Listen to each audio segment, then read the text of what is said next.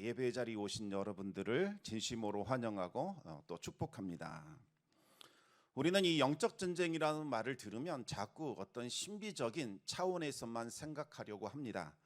그런데 우리가 치러야 할 영적 전쟁의 본질 중에 하나는 하나님을 인정하며 살 것인가, 아니면 내 명철, 나의 지혜를 지키며 그것을 따르며 살아갈 것인가, 두 개를 선택하는 싸움이 우리 안에 늘 일어나고 있습니다. 이 중에 하나를 선택하는 것, 이것이 바로 영적 전쟁의 본질이기도 합니다. 사탄은 우리에게 끊임없이 말합니다. 하나님은 너에게 별다른 관심이 없다. 너 기도 많이 하지도 않고 또 너는 특별히 하나님 앞에 내세울 것도 없지 않느냐. 하나님께서 어떻게 너에게 관심을 가지며 너의 인생을 주관해 줄 것이냐. 그러니 너는 빨리 네의 명철을 의지하며 살아가라. 이렇게 유혹을 하고 있는 거지요. 특히 우리가 힘들거나 어려운 상황 가운데 있을 때에 사탄은 더욱더 우리를 부추깁니다. 봐라, 하나님이 살아계시면, 너를 도우시면 어떻게 이런 일들이 일어날 수 있겠느냐. 지금이라도 빨리 너는 너의 살 길을 찾아야 한다. 주변 사람들에게 살 길을 물어보고 너의 경험과 너의 지혜와 지식을 가지고 이 상황을 벗어나라. 그렇게 이야기합니다. 그러나 그럴 때일수록 우리는 분별할 수 있어야 합니다. 이것이 정말 하나님이 주신 음성인가, 아니면 두려움과 근심과 염려에 휩싸여서 사단이 나에게 속삭이는 그 음성인가를 분별할 수 있어야 합니다. 그리고 우리는 우리를 위하여 일하시는 하나님, 그분을 믿고 그분을 신뢰할 수 있어야겠습니다. 우리 함께 예레미야 33장 2절 3절 말씀 같이 읽겠습니다. 이를 행하시는 여호와, 그것을 만들며 성취하시는 여호와, 그의 이름을 여호와라는 이가 이와 같이 이르시도다. 너는 내게 부르짖으라. 내가 응답하겠고 내가 알지 못하는 크고 은밀한 일을 내게 보이리라. 아멘. 하나님은 우리가 어떤 상황에 있든지 하나님은 절대로 우리를 포기하지 않으실 뿐만 아니라 하나님은 우리를 향한 뜻과 계획이 있습니다. 그리고 그것을 만들고 계시며 그것을 짓고 계시는 거지요. 하나님의 때가 되면 분명하게 우리에게 나타나게 될 것입니다. 비록 지금은 하나님의 모습이 보이지 않고 하나님의 일하심이 느껴지지 않는다 할지라도 우리는 그 하나님을 믿고 의지하며 담대하게 나아갈 수 있어야 합니다. 하나님을 향한 의심이 불일듯 우리 마음속에 일어난다면 우리는 하나님께 부르짖어야 합니다. 그러면 하나님께서 우리에게 갖고 있는 비밀, 은밀한 뜻을 우리에게 알려주시기도 합니다. 앞길이 보이지 않을 때에 우리는 우리의 명철을 의지하려는 그와 같은 마음이 생겨나게 되지요. 그럴 때일수록 우리는 우리를 위하여 일하시는 하나님, 우리의 길을 만드시는 하나님, 우리를 선한 길로 이끄시는 하나님을 믿고 의지해야 합니다. 우리 함께 잠언 3장 5절과 6절 말씀 같이 읽겠습니다. 너는 마음을 다하여 여호와를 신뢰하고 내 명철을 의지하지 말라. 너는 범사의 그를 인정하라. 그리하면 내 길을 지도하시리라. 아멘. 우리가 하나님을 인정하고 신뢰한다면 하나님은 우리가 가야 할 길이 어디인지 분명하게 지시해 주실 겁니다. 그런데 오늘 본문에서 다윗은 하나님을 믿고 신뢰하는데 실패하게 됩니다. 다윗은 하나님이 이끌어 주시는 그 길을 버리고 자신의 소견에 옳은 길, 그 길을 선택하게 됩니다. 하나님의 명철보다는 자신의 명철을 의지하는 그와 같은 어리석은 모습을 다윗이 보여줬던 겁니다. 사울의 그 위협 앞에서 벗어나기 위하여 다윗은 이스라엘을 떠나 블레셋으로 망명하게 됩니다. 하나님께서 다윗이 모압 땅에 있었을 때에 선지자 갓을 보내주셔서 이스라엘을 떠나지 말라, 이스라엘에 머무르라 분명히 말씀해 주셨습니다. 다윗은 하나님의 뜻을 깨닫고 그 모압 땅에서 벗어나 다시 유다 광야로 돌아오게 됩니다. 다윗이 유다 광야에 머무는 동안 사울로 인하여 생명의 위협을 받는 수차례 위기가 있었지만 하나님은 다윗을 지켜주셔서 무사하게 지낼 수 있도록 그렇게 이끌어 주셨습니다. 그뿐만 아니라 이제는 하나님의 은혜로 다윗과 사울의 위치가 완전히 뒤바뀌는 역전의 은혜가 나타나게 됩니다. 분명히 눈에 보이기는 다윗이 도망자고 사울은 추격자였습니다. 다윗의 생명이 사울의 이 손아귀에 달려있는 것처럼 보였습니다. 하지만 하나님이 다윗과 함께 하셔서 두 사람의 상황을 완전히 바꿔주셨습니다. 사울이 다윗의 생명을 쥐고 흔드는 것이 아니라 오히려 다윗이 사울의 생명을 쥐고 있다는 것을 보여주신 겁니다. 그와 같은 일들이 두 차례나 반복되어 일어났습니다. 첫 번째는 다윗이 엔게디 광야에 있을 때였습니다. 사울은 3천 명의 정예 부대를 거느리고 엔게디 광야에 있는 다윗을 추격했습니다. 다윗과 그의 일행은 사울의 추격을 피해 동굴 안에 숨어 있었습니다. 그런데 사울이 무장한 채로 그 동굴 안에 들어와 낮잠을 자고 있게 된 거지요. 다윗은 마음만 먹으면 언제라도 사울을 죽일 수 있었지만 겉옷자락만 베고서 사울을 살려줬습니다. 사울은 이 사실을 깨닫고 회개했고 다시는 다윗을 추격하지 않겠다 그렇게 맹세를 하게 됩니다. 둘째는 다윗이 이 십광야에 머물고 있을 때 일어났습니다. 사울은 주변 사람들의 이간질에 그리고 그 충동에 이끌려서 지난날의 맹세를 어기고 또다시 다윗을 추격하게 됩니다. 진영을 치고 밤을 새우고 있었는데 하나님께서 그들을 모두 다 깊은 잠에 들어가게 하셨습니다. 다윗은 사울을 죽일 수 있는 절호의 기회를 맞게 되었지만 머리 곁에 있는 창과 물병만 가지고 돌아오게 됩니다. 사울은 두 번이나 다윗이 자신을 살려줬다는 것을 알고서 진심으로 뉘우치며 회개하게 됩니다. 사울은 다윗을 축복했을 뿐만 아니라 다윗이야말로 이스라엘의 왕이 될 것이다 그렇게 인정하는 정말 하나님 앞에 자신을 내려놓는 모습까지 보여주게 됩니다. 하나님은 분명히 다윗을 지키시고 보호하시겠다 그렇게 약속하셨습니다. 약속하셨을 뿐만 아니라 실제로 사울에게 다윗을 보호해 주셨습니다. 심지어 두 차례나 다윗과 사울의 위치가 바뀌게 되는 그와 같은 은혜도 베풀어 주셨습니다. 이제는 사울의 생명은 다윗에게 달려 있다는 것을 하나님께서 경고해 주시기까지 하셨습니다. 사울은 하나님이 지켜주시는 다윗을 해칠 수 없다는 것을 깨닫고 다윗에게서 떠나가게 됩니다. 그렇다면 이제는 다윗은 안심해도 됩니다.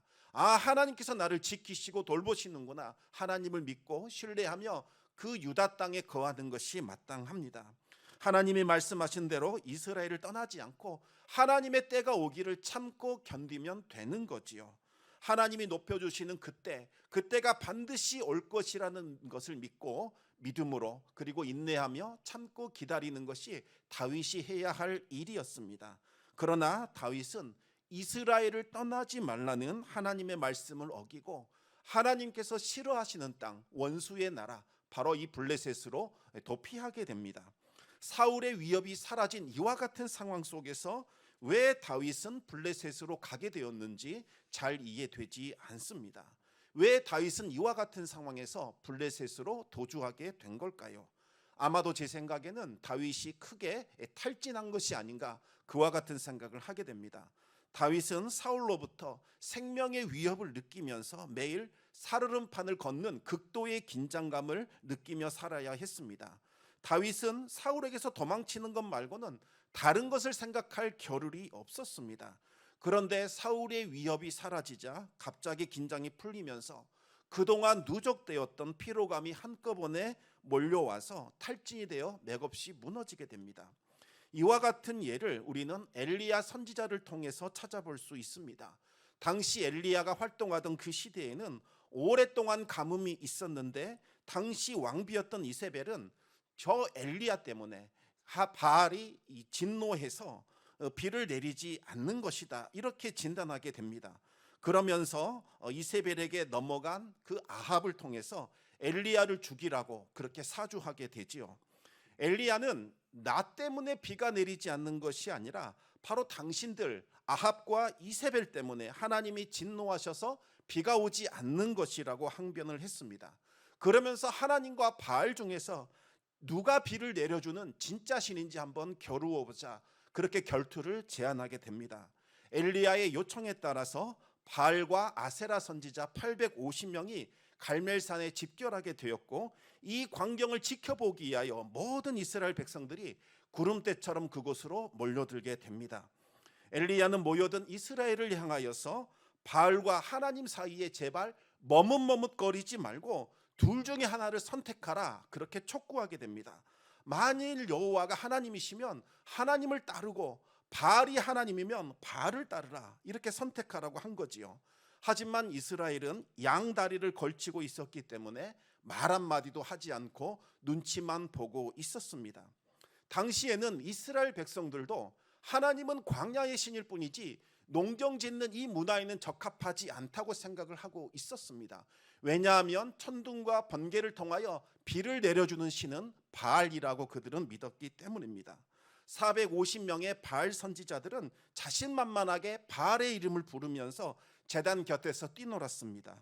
그러나 어쩐 일인지 저녁이 되도록 바알은 응답하지 않았습니다. 그러자 그 모습을 본 엘리야는 무너진 제단을 다시 쌓고 하나님의 이름을 불렀습니다. 그러자 하나님께서 불로 응답하셔서 그 제단을 불살라 주셨습니다.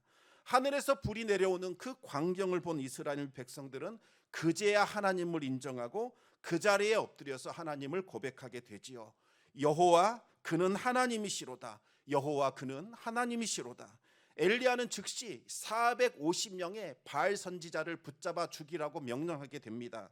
그러자 이스라엘 백성들이 바로 그 450명의 바알 선지자들을 붙잡아서 기손 시냇가로 내려가 그곳에서 죽임으로써 바알 선지자들을 일거에 제거하게 됩니다. 엘리야는 이 사건을 보면서 이제 됐다. 바알의 모든 이 우상 숭배가 무너지게 되겠구나. 그리고 이제 이스라엘 백성들이 죄를 깨닫고 회개하여 하나님께로 돌아오겠구나. 그렇게 기대했습니다. 그런데 어찌된 일인지 갈멜산에서 일어난 그 기적은 사람들의 이목을 집중시키는 데에는 성공했지만 부패한 심령을 변화시켜 하나님께 돌아오게 하는 데에는 실패하게 됩니다. 오히려 이세벨의 분노만 키우게 된 꼴이 되었습니다.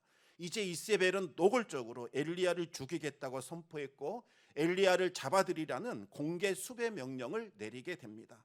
큰 기적이 나타났음에도 불구하고 이번 기적만 나타나면 사람들이 하나님을 믿고 돌아올 줄 알았는데 아무런 변화가 없는 것을 본 엘리야는 극도의 무기력감을 느끼게 됩니다. 엘리야는 완전히 탈진하게 되어서 더 이상 아무것도 할 수 없게 되었습니다. 엘리야는 자신을 죽이려고 하는 저 이세벨을 피해 광야로 도망쳐 로뎀 나무 아래에 앉았습니다. 하나님, 저는 충분히 할 만큼 했습니다. 이제는 제 생명을 거두어 주십시오. 그렇게 하나님께 요청하게 되지요. 하나님은 천사를 보내셔서 숯불에 구운 떡과 물 한 병을 주어 엘리야의 기력을 다시 회복시켜 주셨습니다. 그리고 엘리야를 하나님의 산 호렙산으로 불러주셨습니다. 엘리야는 하나님이 주신 그 음식을 먹고 기력을 회복하여 모세가 하나님으로부터 말씀을 받았던 시내산 바로 그 호렙산으로 가게 됩니다. 하나님은 엘리야를 호렙산에 세우신 후에 크고 강한 바람을 일으키셔서 바위를 무너뜨리는 그와 같은 기적을 보여주셨습니다. 그런데 그 기적이 일어났지만 그 가운데 하나님은 계시지 않았습니다. 하나님은 이번에는 큰 지진을 일으키셔서 천지를 진동시켰습니다. 그런데 그곳에서도 역시 하나님이 계시지 않았습니다. 하나님은 하늘에서 천둥과 번개를 내리치셔서 불이 일어나도록 하셨습니다. 하지만 그곳에서도 하나님은 계시지 않았습니다. 한참 후에 하나님의 세미한 음성이 들려왔는데 바로 그 음성 가운데 하나님이 계셨습니다. 여러분, 이것은 무엇을 의미하는 걸까요? 기적으로는 한계가 있다는 겁니다. 큰 기적이 한 번만 일어나면 우리는 사람들이 하나님께로 돌아올 것이라고 생각하지만 일시적으로는 사람들의 이목을 집중시킬 수 있을 뿐이지 시간이 지나면 다시 원상태로 돌아가게 됩니다. 기적으로는 부패한 마음을 변화시킬 수 없습니다. 무엇이 부패한 마음을 변화시킬 수 있을까요? 그것은 바로 하나님의 말씀, 그것밖에는 없습니다. 우리의 심령 가운데 하나님의 말씀이 새겨질 때, 기록될 때야 비로소 죄를 깨닫고 회개하여 하나님께로 돌아오는 회개의 역사가 일어나게 되는 겁니다. 엘리야의 사역은 무엇이었을까요? 기적을 통해서 백성들의 완악한 마음을 깨트리는 것, 이것이 바로 엘리야가 감당할 이 사역이었습니다. 그러나 그것만으로는 온전한 사역이 이루어지지는 않습니다. 여기에 말씀이 새겨지는 사역, 이것이 더해져야 합니다.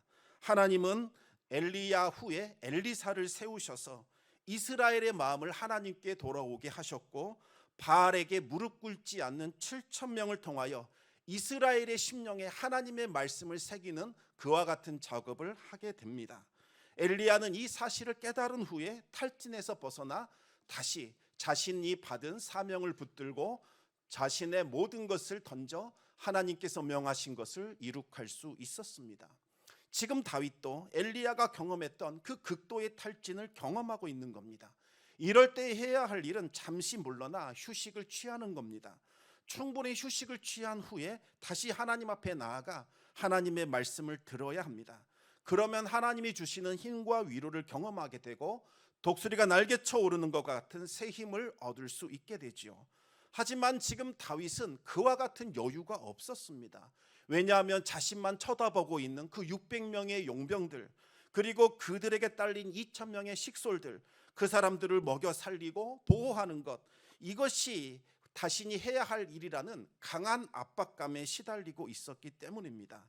그런데 여러분, 다윗에게 이 용사들과 식솔들을 붙여주신 분은 다윗이 아니라 바로 하나님이셨습니다. 하나님께서 그들을 입히시고 먹이시고 보호해 주십니다. 하나님이 해야 할 그 일을 다윗은 마치 자신이 책임져야 하는 일, 내가 감당해야 하는 일로 생각하면서 스스로 그 큰 부담감과 중압감과 스트레스를 받고 있었던 겁니다.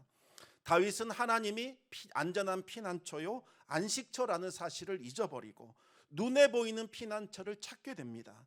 하나님을 더 이상 신뢰하지 않고 자신의 지혜와 명철을 의지하여 자신이 보기에 옳은 길, 그곳을 선택하게 됩니다. 결국 다윗이 찾아낸 곳은 하나님이 싫어하시는 곳, 바로 블레셋 땅이었습니다. 그 중에서도 블레셋의 5 도시 중에 하나인 가드라는 곳을 다윗이 선택하게 됩니다.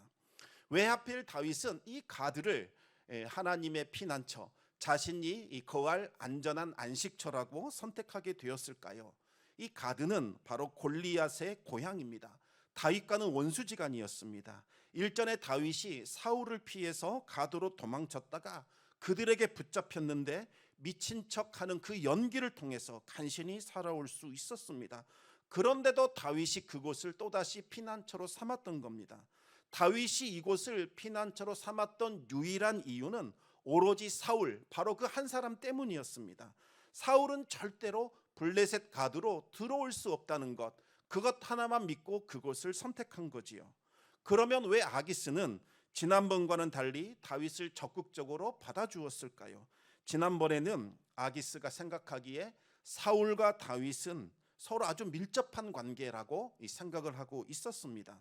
다윗이 사울의 사람이었기 때문에 다윗을 의심할 수밖에 없었고 다윗을 적으로 대할 수밖에 없었습니다. 그런데 최근에 새로운 사실을 알게 됩니다. 다윗과 사울은 이미 철천지 원수지간이 되었다라는 것을 알게 되었습니다. 사울이 다윗을 죽이기 위하여 집요하게 추격하고 있다는 것을 들었습니다. 사울의 원수가 된 다윗이 도망칠 곳을 찾고 있다는 것을 또 듣게 되지요. 이럴 때 다윗에게 손을 내밀어 준다면 다윗은 아기스에게 충성을 맹세할 것이고 자신의 목숨을 다해 아기스를 위해 싸워질 것이 분명합니다. 그런데 때마침 다윗이 아기스를 찾아와 거할 곳을 달라고 요청을 했던 겁니다. 혼자 온 것이 아니라 600명의 용사들, 그리고 2000명의 식솔들을 거느리고 온 겁니다. 여러분, 여기서 식솔들은 볼모가 되는 겁니다. 절대로 배반할 수 없게 됩니다. 아기스는 이스라엘을 공격하려고 마음먹고 있었는데 골리앗을 죽인 그 용사 중의 용사 다윗이 자신의 수하로 들어오게 되었으니 이스라엘을 정복할 이 걸림돌이 제거되었을 뿐만 아니라 이스라엘을 정복할 수 있는 천군 만마를 얻게 된 셈입니다. 그래서 아기스는 하늘이 자신을 돕고 있다, 이렇게 생각할 수밖에 없었던 거지요. 다윗이 블레셋의 도시 가드로 들어갔다는 소식이 사울에게도 역시 들어가게 됩니다. 비록 다윗을 추격하지 않겠다 굳게 맹세했지만 사울은 다윗을 완전히 포기하지는 않았습니다. 첩자를 심어놔서 다윗의 동향을 계속해서 보고받고 있었던 거지요. 하지만 다윗이 블레셋으로 완전히 망명해 버렸기 때문에 더 이상 사울은 다윗을 추적할 수 없게 됩니다. 이로써 사울은 다윗을 완전히 잊어버리게 되고 마침내 다윗은 사울에게서 벗어날 수 있게 되었습니다. 다윗은 아기스에게 시글락이라는 도시를 받게 됩니다. 시글락은 원래 유다 지파에 속한 땅이었는데 사사 시대에 블레셋에게 빼앗긴 그와 같은 땅입니다. 시글락은 이 가드라는 도시에서부터 대략 한 40km 정도 떨어진 곳이었는데 사람들이 살지 않는 빈들, 일종의 이 경계 지역에 해당되는 곳이었습니다. 다윗이 이곳을 거처로 삼으면 아기스의 감시로부터 자유로울 수 있는 이점이 있습니다. 그리고 또 아기스 입장에서도 다윗이 이곳에 거처를 마련하고 이 변방을 지켜주기 때문에 블레셋의 경계를 넘보는 다른 족속들을 견제할 수 있는 그와 같은 이점도 있었습니다. 서로에게 이득이 되는 셈입니다. 다윗은 무려 이곳에서 1년 4개월간 아주 안락하고 평화로운 삶을 살아갈 수 있게 되었습니다. 여기까지만 보게 되면 다윗이 하나님의 말씀을 어기고 블레셋으로 망명한 것, 정말 이것은 탁월한 선택이었다, 이렇게 생각될 수 있습니다.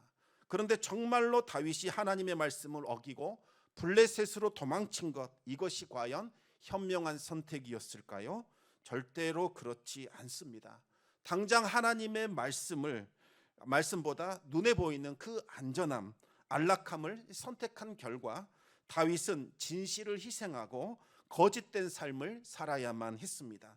다윗이 시글락에서 보낸 1년 4개월의 삶은 어떤 모습이었는지 한번 살펴보도록 하겠습니다. 사무엘상 27장 5절과 6절 말씀 우리 같이 한번 읽겠습니다. 다윗이 아기스에게 이르되 바라건대 내가 당신께 은혜를 입었다면 지방 성읍 가운데 한 곳을 내게 주어 내가 살게 하소서.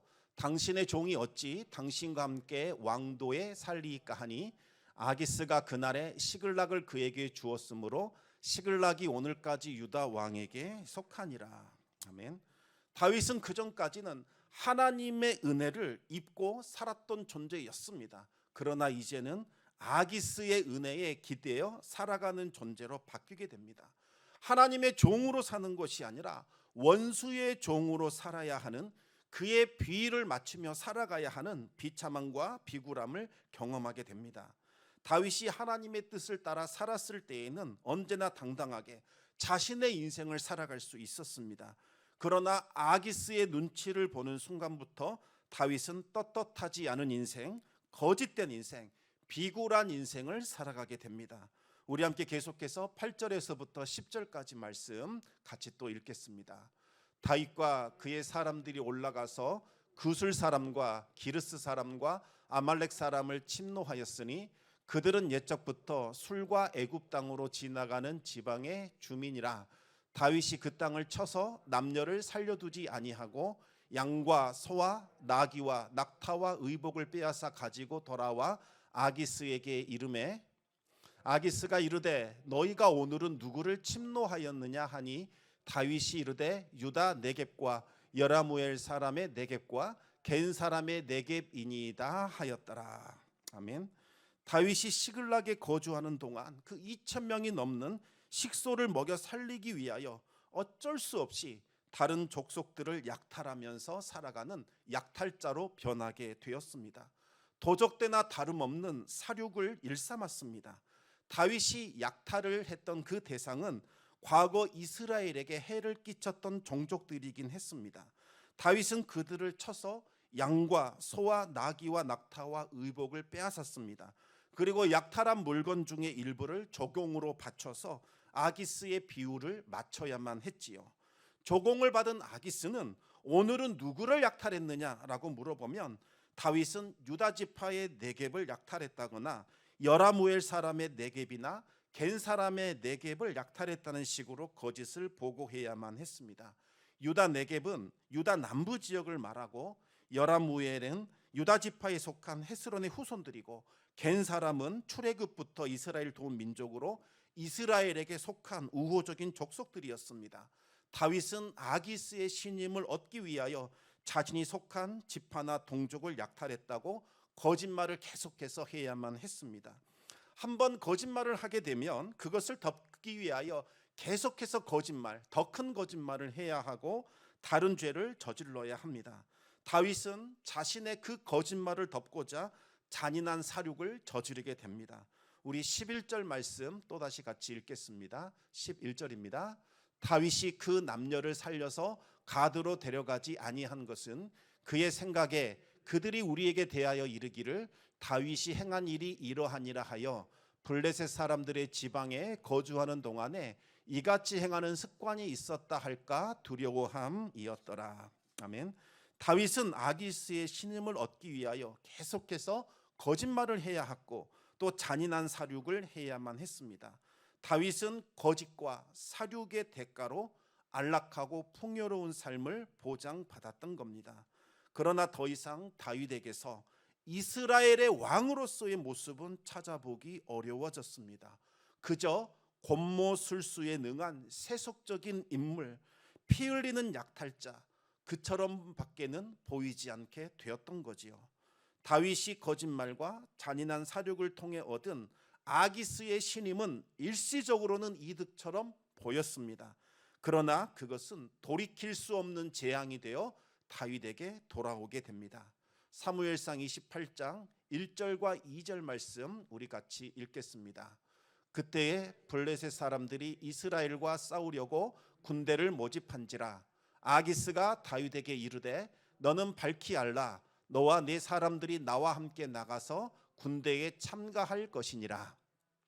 다윗이 아기스에게 이르되 그러면 당신의 종이 행할 바를 아시리이다 하니 아기스가 다윗에게 이르되 그러면 내가 너를 영원히 내 머리 지키는 자를 삼으리라 하니라. 아멘. 다윗을 신뢰한 아기스가 이스라엘과의 그 전쟁 여기에 참여하라고 명령을 내린 겁니다. 다윗은 이제 절체절명의 위기에 빠지게 됩니다.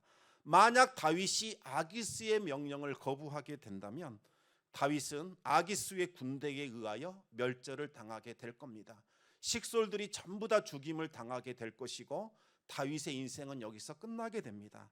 그런데 만약 아기스의 명령을 따라 이스라엘과의 전쟁에 참여하게 된다면 다윗은 자신의 동족들과 피 흘리는 전쟁을 치러야 합니다.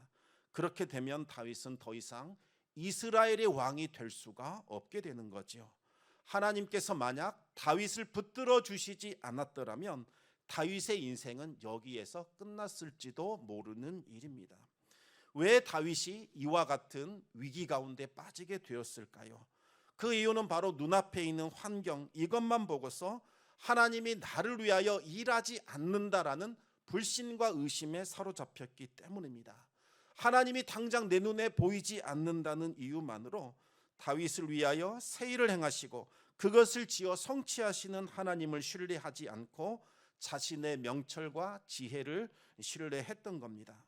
영원한 산성과 피난처가 되시는 하나님께로 피하지 않고 다윗은 헛된 피난처를 찾아 그리로 들어갔습니다.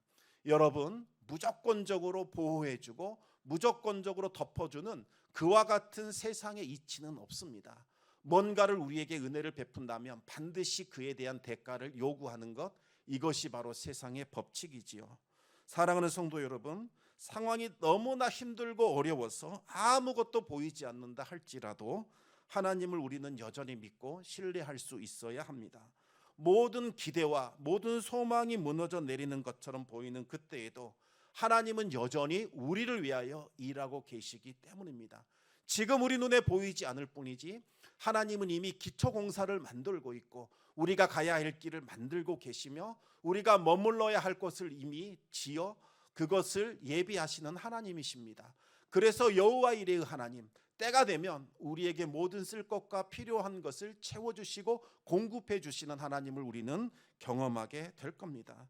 하나님은 지금도 우리를 위하여 광야와 같은 방황하는 우리 인생길에 길을 만들어 주시고 사막과 같은 우리 메마른 인생 가운데 강을 만들고 계시는 분이십니다. 우리의 명철과 우리의 지혜를 의지할 것이 아니라 모든 상황 속에서도 하나님을 인정하고 하나님을 의뢰할 수 있기를 바랍니다. 하나님께서는 분명히 우리에게 말씀하고 있습니다. 너는 내 명철과 내 지혜를 의지하지 말라. 범사의 하나님을 인정하라. 그리하면 하나님께서 내 길을 지도하시리라. 하나님께서 우리를 붙들고 계시고 우리를 위하여 일하시며 우리의 길을 만들고 계십니다. 힘들고 어려운 상황 속에서도 환경에 휘둘리지 아니하고 일하시는 하나님 바라보며 믿음으로 전진할 수 있기를 우리 주님의 이름으로 축원합니다. 우리 같이 이 시간 기도하기를 원합니다. 하나님은 우리가 하나님을 신뢰하고 하나님을 바라보고 어떤 상황 속에서도 하나님의 음성에 귀를 기울이기를 원하십니다. 그런데 우리는 자꾸 하나님을 믿고 의지하기보다는 주변 상황, 우리에게 놓여져 있는 이 큰 어려운 이 모습만 보고서 우리의 지혜를 의지하거나 우리의 명철을 의지하거나 자꾸 사람을 찾아다니는 그와 같은 모습을 보이게 됩니다. 그러나 완전한 피난처는 오직 하나님 한 분밖에 없습니다. 하나님, 주님을 믿게 하여 주시고 주님을 의지하게 하여 주시고 우리의 명철과 지혜를 신뢰하지 않도록 우리를 붙들어 주시옵소서. 우리 같이 기도함으로 주님 앞에 나아가겠습니다.